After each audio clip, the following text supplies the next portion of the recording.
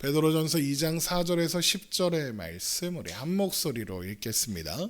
사람에게는 버림바가 되었으나 하나님께는 택하심을 입은 보배로운 산돌이신 예수께 나아가 너희도 산돌같이 신령한 집으로 세워지고 예수 그리스도로 말미암아 하나님이 기쁘게 받으실 신령한 제사를 드릴 거룩한 제사장이 될지니라. 성경에 기록되었으되 보라 내가 택한 보배로운 모퉁이 돌을 시온에 두노니 그를 믿는 자는 부끄러움을 당하지 아니하리라 하였으니 그러므로 믿는 너희에게는 보배이나 믿지 아니하는 자에게는 건축자들이 버린 그 돌이 모퉁이의 머릿돌이 되고 또한 부딪히는 돌과 걸려 넘어지게 하는 바위가 되었다 하였느니라. 그들이 말씀을 순종하지 아니함으로 넘어지나니 이는 그들을 이렇게 정하신 것이라. 그러나 너희는 택하신 족속이요 왕같은 제사장들이요 거룩한 나라요 그의 소유가 된 백성이니 이는 너희를 어두운 데서 불러내어 그의 기이한 빛에 들어가게 하신 이의 아름다운 덕을 선포하게 하려 하심이라. 너희가 전에는 백성이 아니더니 이제는 하나님의 백성이요 전에는 국류를 얻지 못하였더니 이제는 국류를 얻은 자니라. 아멘. 베드로전서는 우리가 하나님의 살아있고 항상 있는 말씀으로 거듭난 존재다라는 것을 확인하면서 우리 안에 있는 모든 악독과 모든 기만과 외식과 시기와 모든 비방하는 말을 버리고 갓난아기들 같이 순전하고 신령한 젖을 사모함으로 구원에 이르도록 자라가라라고 했습니다. 베드로전서가 우리에게 이런 요구를 하는 것은 우리가 이미 확정적으로 거듭난 존재, 그래서 하나님의 자녀인 존재, 이전과는 전혀 다른 나라에 소속된 존재가 되었기 때문이다라고 했죠. 그래서 갓난아기가 젖을 먹고 젖을 열심히 먹고 자라는 것처럼, 그래서 사리를 분별하게 되는 것처럼 거듭난 신자는 신령한 젖인 말씀을 먹고 자라 선한 것을 분별할 수 있는 존재가 될 겁니다. 또한 그래서 신자는 주님 다시 오시는 날까지 끊임없이 자라가야 하는 거죠. 그러니까 이걸 좀 축약적으로 말하면 구원은 그 자체로 종결되고 완성된 것이나 구원은 그 자체로 완성된 것이나 그렇다고 종결된 것은 아니다라는 의미가 됩니다. 구원, 거듭남은 그 자체로 영원한 하나님 나라를 유업으로 받은 것이고 그 외에 다른 조건이나 자격이 필요하지 않다는 의미에서 그 자체로 완성되었다고 한 겁니다. 하지만 또한 구원, 거듭남은 하나님 나라에 속한 사람으로서 새 생명과 새 삶의 시작이고 출발점이기 때문에 종결은 아니다라고 말씀드린 거죠. 그러나 갓난아기도 혼자 자라지 않잖아요. 부모의 돌봄 속에서 자라갑니다. 어린아이들이 부모가 잘 도와주고 케어해주고 돌봐줘야 잘 자랄 수 있죠. 그런 것처럼 우리들 또한 혼자 자라는 게 아닙니다. 성부, 성자, 성령 삼위 하나님께서 은혜와 돌보심으로 우리를 돌보십니다. 그 안에서 우리는 자라가는 거죠. 그래서 성경의 여러 말씀들을 보면 하나님께서 우리를 자라게 하신다는 표현을 계속하는 겁니다. 예를 들어 골로새서 1장을 보면 하나님께서 우리를 모든 신령한 지혜와 총명의 하나님의 뜻을 아는 것으로 채우시고, 하나님이 우리를 채우신다는 거죠. 또 주께 합당하게 행하여 범사에 기쁘게 하고 모든 선한 일에 열매를 맺게 하시며 하나님을 아는 것에 자라게 하시고, 하나님이 열매를 맺게 하시고 하나님이 자라게 하시며 또 그의 영광의 힘을 따라 모든 능력으로 능하게 하시며 기쁨으로 모든 견딤과 오래 참음에 이르게 하시고, 계속 하나님이 하시고 이렇게 표현하고 있죠. 우리로 하여금 빛 가운데서 성도의 기업의 부분을 얻기에 합당하게 하신, 이렇게 되어 있죠. 합당하게 하셨다. 하나님이 성도의 기업의 부분을 얻기에 합당한 존재로 우리를 만드셨다. 그러면서 뭐라고 합니까? 아버지께 감사하게 하시기를 원하노라. 하나님께서 우리를 채우시고 자라게 하시고 합당하게 하셨을 뿐만 아니라 우리로 하여금 하나님께 감사하게 하신다라는 거죠. 그러니까 결국 하나님께서 우리에게 자라라 라고 하는 것은 키워주겠다라고 하시는 거고, 자라라 하시는 것은 돌봐주시겠다는 거고, 반드시 하나님 나라에 합당한 백성으로 만들어내고야 말겠다는 확증인 겁니다. 이것이 우리에게 허락된 은혜이고 자비이며 사랑인 거죠.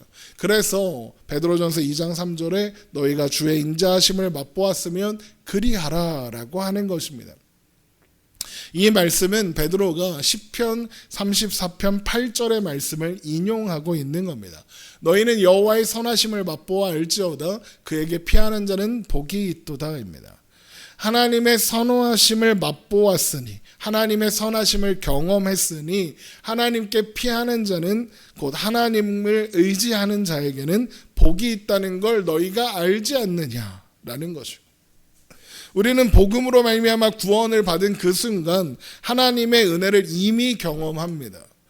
그리고 우리는 그 구원을 통과하면서 하나님의 은혜가 구원받는 그 순간에만 주어진 것이 아니라 구원받기 이전의 전생에 내내 하나님께서 나를 이 구원받는 자리로 인도하시기 위해서 계속해서 은혜를 베푸셨다는 것을 깨닫게 됩니다.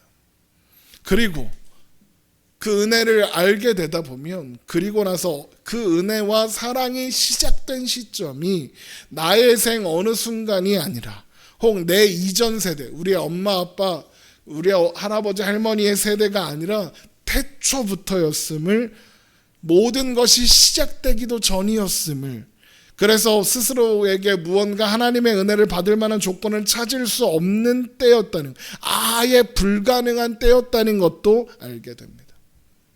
그래서 에베소서 1장 3절에 찬송하리로다 하나님 곧 우리 주 예수 그리스도의 아버지께서 그리스도 안에서 하나님의 하늘에 속한 모든 신령한 복을 우리에게 주시되 곧 창세 전에 그리스도 안에서 우리를 택하사 우리로 사랑 안에서 그 앞에 거룩하고 흠이 없게 하시려고 그 기쁘신 뜻대로 우리를 예정하사 예수 그리스도로 말미암아 자기의 아들들이 되게 하셨으니 이는 그가 사랑하시는 자 안에서 우리에게 거저 주시는 바 그의 은혜의 영광을 찬송하게 하려는 것이다 라고 하는 겁니다. 우리를 향한 하나님의 사랑, 하나님의 은혜가 언제 시작되었다고요? 곧 창세전에, 우리가 존재하기도 전에, 이 세상이 존재하기도 전에 우리를 향한 하나님의 사랑은, 은혜는 이미 시작되었다는 겁니다. 그리고 이것이 우리가 구원을 통과하며 알게 되는, 확인하게 되는 우리에게 허락된 은혜의 내용인 거죠. 그래서 우리로서는 에베소서 1장 6절에 있는 것처럼 이는 그가 사랑하시는 자 안에서 우리에게 거저 주시는 바 그의 은혜의 영광을 찬송하게 하려는 것이라, 하나님의 이 모든 것을 거저 주신 하나님의 은혜의 영광을 찬송하는 것 외에 달리 할 수 있는 일이 없다는 겁니다. 또한 그런 사랑과 은혜를 경험한 나라는 것을 인식했기 때문에 그야말로 하나님의 선하심을 맛보아 알게 된 것이고, 우리를 위한 하나님의 인도하심을 맛보아 알게 되었으므로 하나님이 기뻐하시는 그 완성을 향해 최선을 다해 자라가려고 노력할 수밖에 없게 되는 겁니다. 구원을 받아 하나님의 은혜의 크심을 알고 그 은혜를 경험하고 보니 그것 외에는 다른 목표를 세울 수가 없더라 이겁니다. 하나님의 은혜를 아는 사람은 하나님 안에서 자라가는 것, 온전해지는 것 외에 그 삶에 다른 목표가 없더라 이겁니다. 그래서 사도 바울이 이런 말을 하는 겁니다. 빌립보서 3장 12절. 내가 이미 얻었다 함도 아니요 온전히 이루었다 함도 아니라 오직 내가 그리스도 예수께 잡힌 바 된 그것을 잡으려고 달려가노라. 형제들아 나는 아직 내가 잡은 줄로 여기지 아니하고 오직 한 일, 즉 뒤에 있는 것은 잊어버리고 앞에 있는 것을 잡으려고 표대를 향하여 그리스도 예수 안에서 하나님이 위에서 부르신 부름의 상을 위하여 달려가노라 라고 하는 겁니다. 온전히 이루는 것, 예수 그리스도 안에서 완성되는 것, 그 부르심의 완성으로 주어질 영원한 상이 바울의 유일한 표대, 그러니까 삶의 유일한 목적이고 목표지라는 겁니다. 그리고 그것이 우리 모든 신자의 목표이며 목적지입니다. 그래서 우리는 오늘도 자라가는 길을 걸어가야 하는 거죠. 저는 그걸 신앙 여정이다라고 표현하는 겁니다. 우리는 걸어가고 있는 겁니다. 신앙의 여행길을 가고 있는 거고 그 끝에 하나님 나라가 있는 그 길을 걸어가고 있는 겁니다. 그래서 우리가 걸어가야 하는 그 신앙의 여정은 멀고 오래 걸릴 겁니다. 우리가 죽을 때까지 평생 가야 하는 길이니까요. 그러나 그 길은 홀로 가는 길이 아니라 또 감당하지 못할 길이 아니라 그 길은 결국에는 도착하고야 말, 그래서 하나님이 위에서 부르신 부르심의 상을 받게 될 길이고 결단코 실패하지 않을 길입니다. 우리는 그런 길 위에 서 있고 그런 길 위에 걷고 있는 겁니다. 그리고 그 길 끝에는 누가 계십니까? 예수님이 계시는 겁니다. 영원한 하나님 나라 안에서 우리가 모든 신앙 여정을 마치고 주님 품에 안기기를 기다리고 계십니다. 하나님 나라에 우리를 위한 거처를, 우리를 위한 우리 방을 하나씩 만들어 놓으시고 우리를 영접할 날을 기다리고 계시는 겁니다. 그래서 요한복음 14장에 내 아버지 집에 거할 곳이 많도다. 그렇지 않으면 너희에게 일렀으리라. 내가 너희를 위하여 거처를 예비하러 가노니 가서 너희를 위하여 거처를 예비하면 내가 다시 와서 너희를 내게로 영접하여 나 있는 곳에 너희도 있게 하리라 입니다. 우리의 신앙 여정이 예수님을 향해, 예수님이 마련해온 그 거처를 향해 가는 여정이라는 거죠. 또한 그래서 베드로전서가 예수 그리스도를 향해 나아가라라고 하는 겁니다. 베드로전서 2장 4절입니다. 사람에게는 버림바가 되었으나 하나님께는 택하심을 입은 보배로운 산돌이신 예수께 나아가, 그러는 겁니다. 이게 무슨 말이냐? 신자의 길, 신앙의 여정의 길은, 예수님을 향해 가는 길은 사람에게는, 세상 사람들에게는 버림받은 길이라는 겁니다. 사람들이 가지 않는 좁은 길이라는 거죠. 그런데 하나님께는 택하심을 입은 보배로운 산돌이신 예수님을 향해 가는 그 길을 우리는 가야 한다라는 거죠. 그것이 산돌이신 예수님, 고속도로다 이겁니다. 사는 유일한 길이다 이겁니다. 예수님은 사람들에게 버린 돌 취급받았습니다. 산돌 취급을 받지 못했습니다. 산돌, 버린 돌 무슨 차이입니까? 산돌은 쓸모 있는 돌이라는 뜻입니다. 버린 돌은 못 쓰는 거예요. 그러니까 예수님은 세상으로부터 건축하는 곳에서 그 어떤 곳에도 쓸모가 없어 버려진 돌, 그래서 아무도 주목하지 않고 아무도 관심받지 않는 돌 취급을 받으셨다 이겁니다. 그러나 베드로전서는 건축자들이 쓸모없다고 버린 돌 같은 예수 그리스도가 사실은 산돌, 보배로운 산돌, 그러니까 생명을 주는 돌, 건축을 할 때 그 집에 생명을 불어넣어주는 가장 중요한 돌, 이제 지어야 하는 집이나 건물에 생명을 주고 그리고 영원히 유지되도록 하는 돌, 그야말로 가장 중요한 토대이며 그야말로 그 집의 전부라고도 할 수 있는 돌이다라고 하는 겁니다. 그런데 여러분, 지금 이런 말을 하는 사람이 누굽니까? 베드로입니다. 베드로가 무슨 뜻인 줄 아십니까? 베드로는 반석이라는 뜻입니다. 토대라는 뜻이죠. 그리고 그 이름을 누가 주셨습니까? 예수님이 주셨습니다. 예수님은 자신이 누구냐라고 묻는 질문에 주는 그리스도시요 살아계신 하나님의 아들이십니다라고 대답하는 베드로에게 베드로라는 이름을 주시며 그 위에 음부의 권세가 이기지 못할 주님의 교회를 세우시겠다고 말씀하셨습니다. 마태복음 16장 18절입니다. 또 내가 내게 이르노니 너는 베드로라. 내가 이 반석 위에 내 교회를 세우리니 음부의 권세가 이기지 못하리라. 내가 천국 열쇠를 내게 주리니 내가 땅에서 무엇이든지 매면 하늘에서도 매일 것이요 내가 땅에서 무엇이든지 풀면 하늘에서도 풀리리라 하시고입니다. 여기에서 베드로 위에 세워지는 교회라는 표현은 베드로라는 사람 위에 교회가 세워진다는 의미가 아닙니다. 가톨릭 교회는 이 말씀을 근거로 해서 교회가 베드로 위에 세워진 것이고, 그래서 베드로는 일대 교황이고, 그러므로 교황이 교회를 지탱하는 반석이다라고 합니다. 하지만 이건 성경적인 해석이 아니고 자신들의 정당성을 주장하기 위한 해석일 뿐입니다. 이 말씀에서 주님이 세우시겠다고, 교회를 세우시겠다고 하신 반석은 베드로가 자기 입으로 고백한 그 고백, 주는 그리스도시요 살아계신 하나님의 아들입니다 라는 그 고백 위에 교회를 세우시겠다는 겁니다. 주는 그리스도시요 살아계신 하나님의 아들입니다 라는 그 고백 위에 교회가 세워진다는 거죠. 그리고 그렇다는 것은 예수님이 교회의 반석, 기초, 근간이 되신다는 겁니다.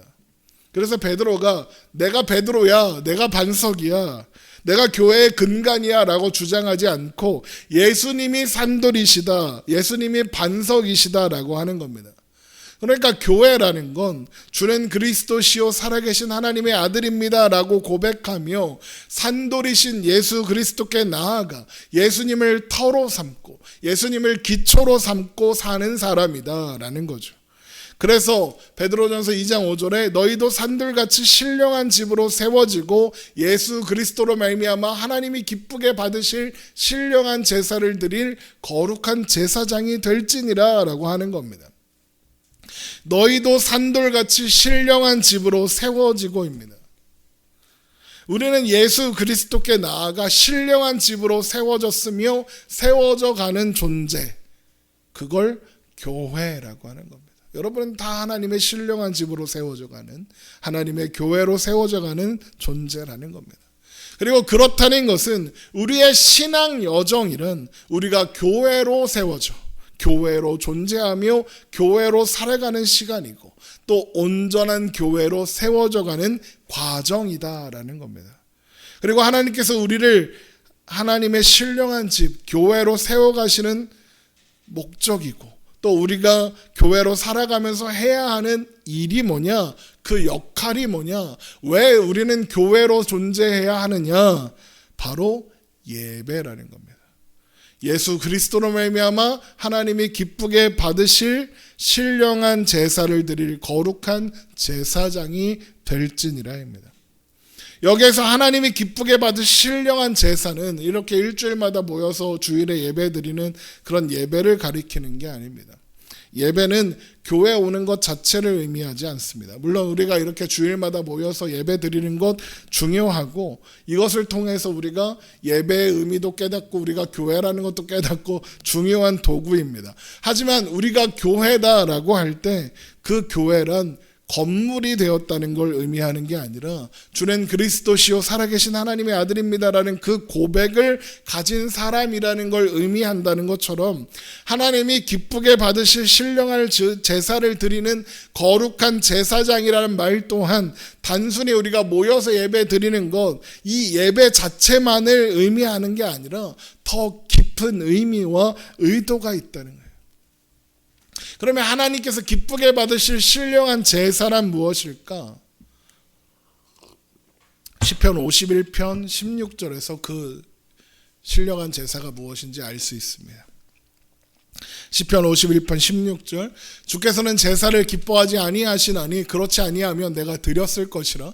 주는 번제를 기뻐하지 아니하시나이다. 하나님께서 구하시는 제사는 상한 심령이나 하나님이여 상하고 통회하는 마음을 주께서 멸시하지 아니하시리이다. 하나님께서 구하시는 제사, 기뻐하시는 제사가 뭐랍니까? 상한 심령, 상하고 통회하는 마음이랍니다. 그게 어떤 마음이냐? 상하고 통회하는 마음, 상한 심령이 무엇이냐? 시편 51편 전체를 읽어보면 알 수 있습니다. 시편은 이렇게 제목이 붙어있는 경우가 있는데 시편 51편의 제목이 뭡니까? 다윗의 시 인도자를 따라 부르는 노래, 다윗이 밧세바와 동침한 후 선지자 나단이 그에게 왔을 때라고 되어 있습니다. 이 이야기는 다윗이 자기 부하인 우리아의 아내 밧세바와 동침한 후, 밧세바와 바람을 피운 후 밧세바가 임신을 하니까 이를 은폐하기 위해서 남편인 그거 누구보다도 충성스러웠던 신하였던 우리아를 죽였을 뿐만 아니라 밧세바를 취함으로 밧세바를 아내로 삼음으로써 마치 우리아가 내가 죽인 게 아니라 우연히 안타까운 사고로 죽었고 나는 우리아에게 의리를 끝까지 지키는 사람이야 라는 걸 하기 위해서 밧세바와 결혼함으로써 어마어마한 죄악을 저지르고도 나는 훌륭한 왕이야 라는 그런 퍼포먼스까지 했습니다. 엄청난 죄를 지어놓고 아무 일도 없었던 것처럼 태연하게 살았다는 거죠. 하나님은 그런 다윗에게 선지자 나단을 보내사 다윗을 책망하시고 그로 인해 자신의 죄의 무거움을 깨달은 다윗이 회개하는 내용을 담은 게 시편 51편인 겁니다. 그리고 그 시작은 여느 회개처럼 나 잘못했으니까 용서해 주세요로 시작합니다. 시편 51편 1절을 읽어보겠습니다. 하나님이여 주의 인자를 따라 내게 은혜를 베푸시며 주의 많은 긍휼을 따라 내 죄악을 지워주소서. 나의 죄악을 맑게 씻으시며 나의 죄를 깨끗이 제하소서. 물은 나는 내 죄과를 아오니 내 죄가 항상 내 앞에 있나이다. 내가 주께만 범죄하여 주의 목전에 악을 행하였사오니 주께서 말씀하실 때에 의로우시다 하고 주께서 심판하실 때에 순전하시다 하리이다. 그리고 나서 다윗이 이런 말을 합니다. 내가 죄악 중에서 출생하였으며 어머니가 죄 중에서 나를 잉태하였나이다. 이게 무슨 말이냐? 다윗은 애초에 죄악 가운데 죄인으로 태어난 존재더라 이겁니다. 이게 무슨 말이냐? 다윗에게 좋은 기회가 있고 좋은 환경이 주어졌어도 결국 다윗은 죄를 지을 수밖에 없는 존재다라는 겁니다. 그러니까 무슨 말이냐? 하나님이 지금 이번에 다윗이 하는 회개를 들으시고 다윗의 죄를 용서해 주시고 다시 한번 기회를 주셔도 다윗은 죄악 중에 출생한 사람이니까 죄인인 근본부터 죄인이니까 다시 또 이 자리에 하나님의 책망을 들을 수밖에 없는 자리에 올 수밖에 없다. 나는 죄인이다. 나는 아무리 해도 답이 안 나오는 존재다라는 겁니다.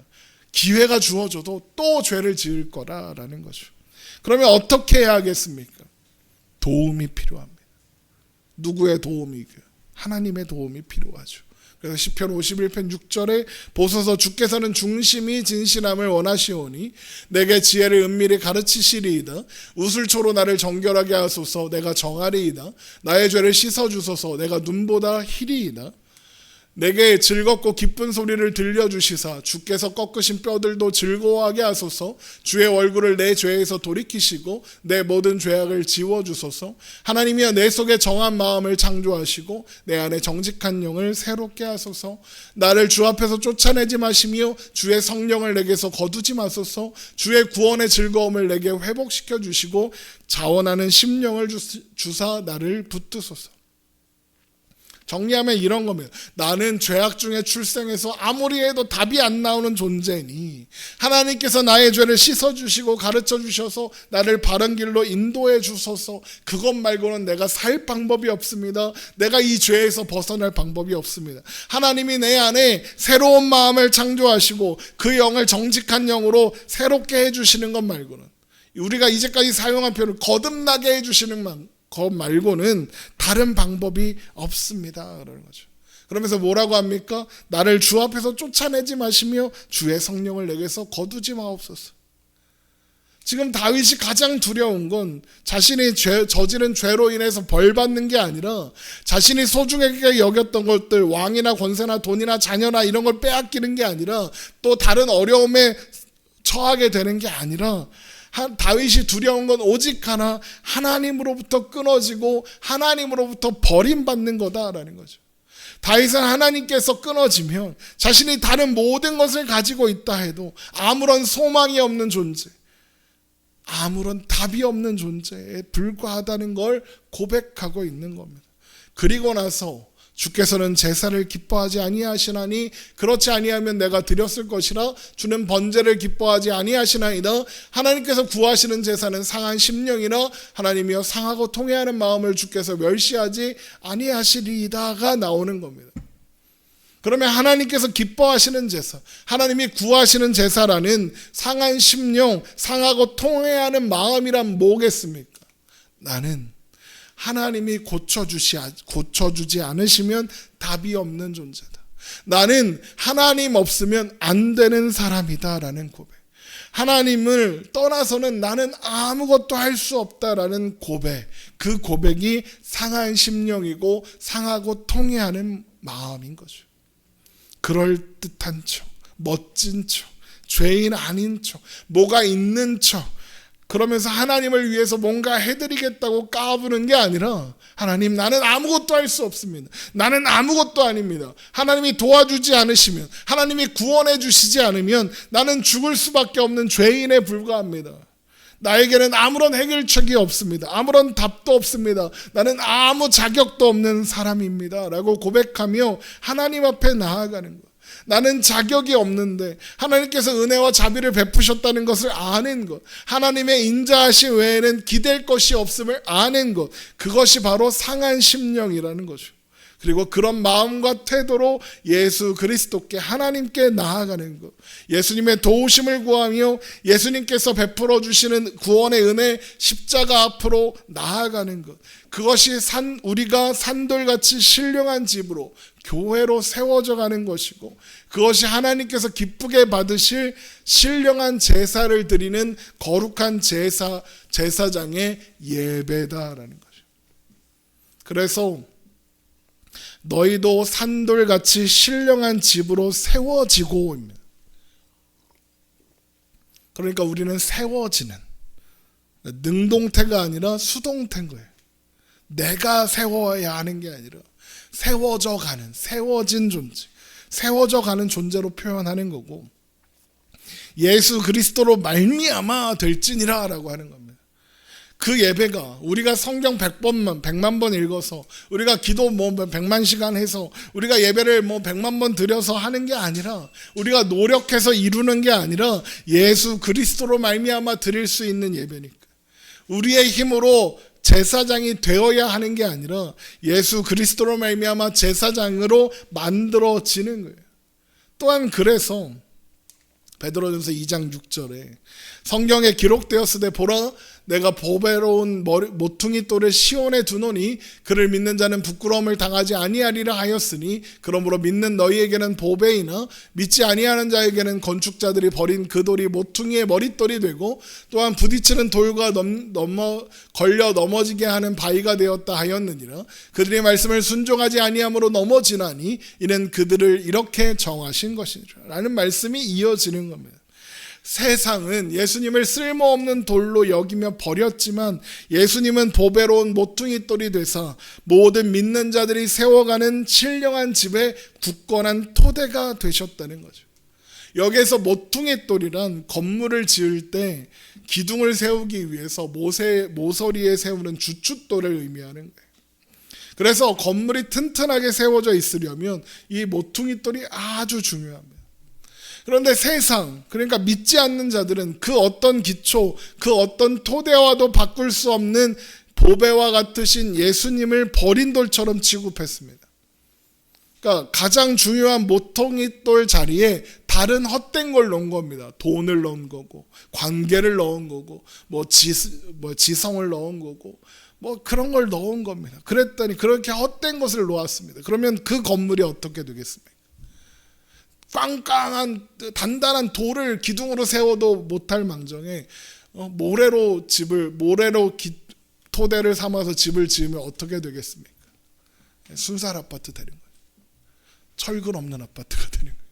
무너지고 부서지겠죠. 그래서 예수님이 우리에게는 튼튼한 모퉁이 돌이 되셨지만, 말씀을 순종하지 않는 자들에게는 부딪히는 돌과 걸려 넘어지게 하는 바위가 되었다라고 하는 겁니다. 그러므로 믿는 너희에게는 보배이나 믿지 아니하는 자에게는 건축자들이 버린 그 돌이 모퉁이의 머릿돌이 되고, 또한 부딪히는 돌과 걸려 넘어지게 하는 바위가 되었다 하였느니라. 그들의 말씀을 순종하지 아니함으로 지나니 이는 그들을 이렇게 정하신 것이라는 겁니다. 하지만 예수 그리스도를 모퉁이 돌로 삼은 우리, 예수 그리스도를 안에서 신령한 집, 곧 교회로 세워져 가고, 또한 예수 그리스도 안에서 온전한 예배자, 신령한 제사를 드리는 제사장으로 만들어져 가는 겁니다. 그래서 결국에는 하나님께서 우리에게 목표하신 자리, 곧 하나님께서 하나님의 선택받은 족속으로, 왕같은 제사장으로, 거룩한 나라로, 하나님의 소유된 백성으로 완성되는 겁니다. 그래서 그 완성을 보여주며 베드로전서가 이런 말을 하는 겁니다. 그러나 너희는 택하신 족속이요 왕같은 제사장들이요 거룩한 나라요 그의 소유가 된 백성이니 이는 너희를 어두운 데서 불러내어 그의 기이한 빛에 들어가게 하신 이의 아름다운 덕을 선포하게 하려 하심이라. 결국 이 말씀은 우리의 신앙 여정 끝에 만나게 될 결론이 무엇인지, 어떤 성취를 하게 될 것인지를 보여주는 표현인 겁니다. 또한 우리가 신자로 부름받았다면 그 누구라고 할 것도 없이 모두 하나님께서 목표로 하신 이 결론에 반드시 도달하게 된다는 확증이기도 한 거예요. 너희는 다 왕같은 제사장, 택하신 족속, 거룩한 나라, 하나님의 소유된 백성이다 라고 결론부터 말하는 겁니다. 우리는 베드로전서 2장 9절에 있는 이 말씀에 있는 것처럼 우리는 이전에 어두운 데 있었어요. 우리는 죄와 사망의 왕노릇하고 나의 자격과 조건, 상황을 붙잡고 살아야 하는 세상, 욕망을 따라 욕망이 이끄는 대로 사는 세상, 그러나 결국 영원한 멸망 외에는 다른 결론이 없는 세상을 사는 존재였어요. 그래서 에베소서 2장 3절에 전에는 우리도 다 그 가운데서 우리 육체의 욕심을 따라 지내며 육체와 마음에 원하는 것을 하여 다른 이들과 같이 본질상 진노의 자녀였다라고 해요. 그런 사람들은 우리가 지난 시간에 말씀드린 것처럼 마음에 악독이 가득해요. 그래서 다른 사람들보다 스스로를 나은 존재로 여기며 다른 사람들을 무시하고 그 위에 군림하려고 경쟁합니다. 그러다 그게 잘 안 되면 어떻게 합니까? 시기하고 질투하죠. 그래서 그를 공격하고 그 자리에서 끌어내려고 합니다. 그렇다고 내가 그 자리에 갈 수 있는 것도 아닌데, 그 사람을 끌어낸다고 내가 그 사람의 자리에 갈 수 있는 것도 아닌데, 내가 못하면 너도 못한다. 이러는 겁니다. 그럼 어떻게 되겠습니까? 모두가 망하는 거죠. 우리가 사는 세상은 그런 세상이에요. 내가 못하면 너도 하면 안 돼 라고 하는 거예요. 축하해주고 기뻐해주지 않아요. 끌어내리려고 하죠. 그런데 그런 세상에 살던 우리를, 그런 원리 속에 있던 우리를 하나님께서 택하시고 부르셨습니다. 그래서 택하신 족속이요 왕같은 제사장이요 거룩한 나라요 그의 소유가 된 백성의 자리에 세우셨어요. 우리가 자격이 있어서 우리가 어떤 조건이 충족되어서 된 일이 아니라 오직 하나님의 주권적 선택과 은혜로 그렇게 하신 거예요. 우리가 그럴 만하지 않았는데 그렇게 하셨다고요. 신명기 7장을 보면 이스라엘을 향해서 하나님께서 이스라엘을 선택하신 이유가 뭐냐라고 하면서 이런 말씀을 해요.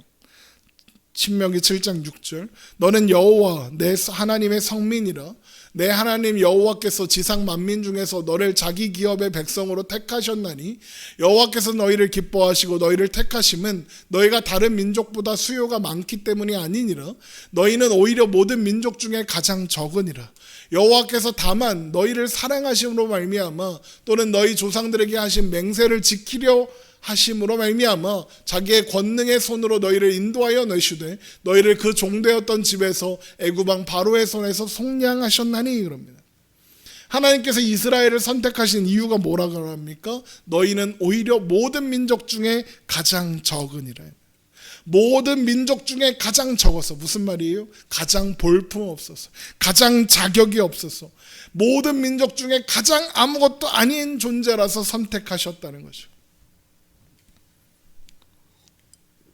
하나님은 그런 이스라엘을 선택하사 하나님의 성민 거룩한 백성으로 삼으셨고 제사장 나라로 삼으셨어요. 출애굽기 19장 6절 너희가 내게 대하여 제사장 나라가 되며 거룩한 백성이 되리라. 너는 이 말을 이스라엘 자손에게 전할지니라. 그런데 이 약속은 저 지중해 동쪽에 있는 이스라엘이라는 나라, 그 혈통에 대한 말씀이 아니라 예수 그리스도로 말미암아 하나님의 신령한 집으로 세워져 가는 교회, 주는 그리스도시요 살아계신 하나님의 아들입니다라는 이 고백을 공유하는 바로 우리들에 대한 말씀인 겁니다. 그래서 너희는 택하신 족속이요 왕같은 제사장들이요 거룩한 나라요 그의 소유된 백성이니라고 하는 겁니다. 그렇게 우리는 이제 어두운 데로부터 벗어나 기이한 빛 안으로 들어온 존재인 겁니다. 너무나도 어두워서 답을 찾을 수 없는 세상에서 유일한 답이 되시는 하나님, 유일한 해결책이 되시는 예수 그리스도께서 통치하신 나라, 빛으로 가득한 나라로 속하게 된 겁니다.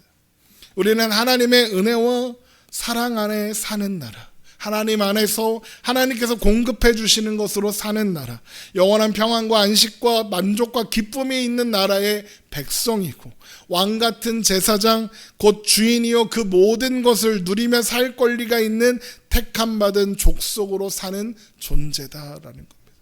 그러니 어떻게 되겠습니까? 우리를 어두운 데서 불러내어 그의 기이한 빛에 들어가게 하신 이의 아름다운 덕을 선포할 수밖에 없는 겁니다. 여러분, 맛있는 음식을 파는 식당을 발견하면 어떻게 합니까? 온 동네 방네 떠들고 다니지 않습니까? 재미있는 영화를 보면 어떻게 하십니까? 야, 너 그거 봤어? 그러지 않습니까? 좋은 화장품을 발견하면 어떻게 합니까? 야, 이거 엄청 좋은데 엄청 싸. 너도 써봐. 이렇게 안 합니까? 좋은 여행지를 발견하면, 좋은 스팟을 발견했으면 온갖 자랑을 다 하지 않습니까? SNS를 한번 열어서 보십시오. 인스타그램을 보면 다 그런 자랑입니다. 내가 발견한 맛집, 내가 발견한 화장품, 내가 발견한 좋은 물건, 내가 발견한 식당. 하물며 그런데 우리가 발견한 건 어떤 겁니까? 영원한 하나님 나라입니다. 우리의 운명이 바뀐, 우리의 결론이 바뀐 나라입니다. 다른 세상으로 옮겨진 사건입니다. 이 세상에서 찾을 수 없는 기이한 빛입니다. 이 세상에서 찾을 수 없는 유일한 답, 유일한 해결책입니다. 원래 우리 자리가 아니었던 자리였습니다. 우리가 갈 수 있었던 자리가 아니었다는 겁니다. 너희가 전에는 백성이 아니더니고 전에는 국류를 얻지 못하였더니입니다. 원래 우리 자리가 아니었다는 거고 우리가 있을 자리가 아니었다는 겁니다. 그런데 그랬던 우리가 있을 수 없는 자리, 우리 자리가 아니었던 자리, 우리가 올 수 없었던 그 자리에 온 겁니다. 이제는 하나님의 백성이요, 이제는 국류를 얻은 자니라입니다. 그러니 얼마나 귀하고 얼마나 영광스럽습니까? 그러니 어떻게 말하지 않을 수 있겠습니까? 어떻게 자랑하지 않을 수 있겠습니까? 그 모든 일을 행하신, 우리를 어두운 데서 불러내어 그의 기이한 빛에 들어가게 하신 이의 하나님의 아름다운 덕을 어찌 말하지 않을 수 있겠습니까? 예레미야 9장 24절을 보면 이렇게 되어 있습니다. 자랑하는 자는 이것으로 자랑할지니 곧 명철하여 나를 아는 것과 나 여호와는 사랑과 정의와 공의를 땅에 행하는 자인 줄을 깨닫는 것이니라. 나는 이 일을 기뻐하노라. 여호와의 말씀이니라. 뭘 자랑하라고요? 하나님 아는 것으로 자랑하랍니다. 하나님이 사랑과 정의와 공의의 하나님이신 것을 자랑하는 겁니다. 그렇게 우리는 오늘도 하나님 아는 것으로 인해요, 하나님이 계시구나, 하나님이 나의 하나님이시구나, 내가 하나님을 아는구나 라는 것을 자랑하며 예수 그리스도를 향해 걸어가는 겁니다. 우리에게 허락된 그 놀랍고 기이하고 귀한 그 은혜를 자랑하며 신령한 젖인 하나님의 말씀을 먹으며 예수 그리스도라는 모퉁이 돌 위에 신령한 집인 교회로 세워져 가는 겁니다.